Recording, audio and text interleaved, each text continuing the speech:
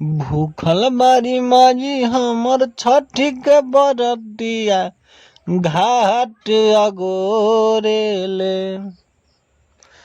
आई आई दीनानाथ दीहि दरसनवा पनिया में करवा जोरेले।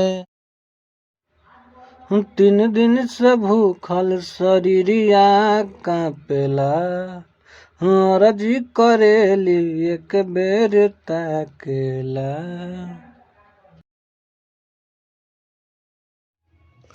ठेकुआ छनल बाटे पुरिया दौरा में भरल कुरिया।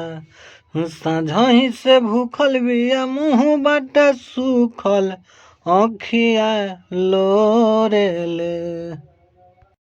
आई आई दीनानाथ दीहि दरसनवा पनिया में करवा जोरेले।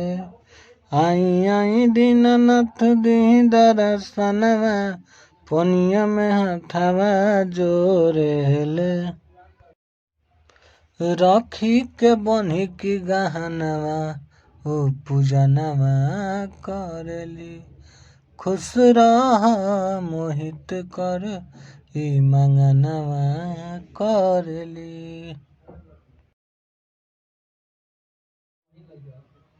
घाटावा पर नाचेला पमरिया बनल बारे पापाजी कहरिया। गवेला फलनवा बीच अंगनवा कोसी भरेले। आई आई दीनानाथ दीहि दरसनवा पनिया में करवा जोरेले।